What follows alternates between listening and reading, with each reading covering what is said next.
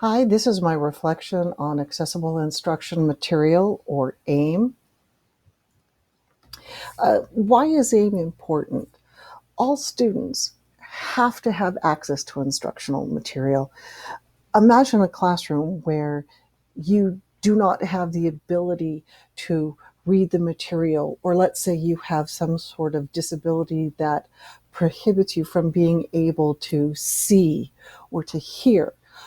Students have to have ability to access that material so that they can just learn the basic concepts.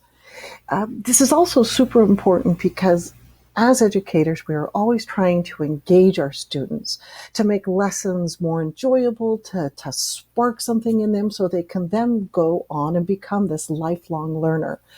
Now, it's important that when we talk about inclusions, we are talking about all students, all abilities, all levels of education, all levels of English comprehension. That is essential that these students have access.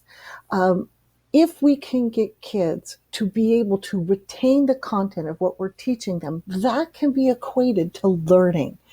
So if all students are included, and if we have these supports for them to do better in their lessons, then they aren't singled out. They don't feel different than anyone else.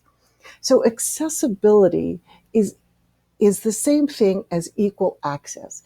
If we teach all students of every background, every ability, then we have been able to provide equity. Uh, my dad always says we always have to be part of the solution, part of the problem. So as educators, we have to keep our eye out for those students that may need these additional supports. If we determine a need, it is our responsibility to have to be able to fulfill it. So the take home message that I got from all of this is that accessibility is the same thing as equal access. It is essential to educate all students of all abilities, and students must never be singled out. This way, they'll become successful, lifelong learners.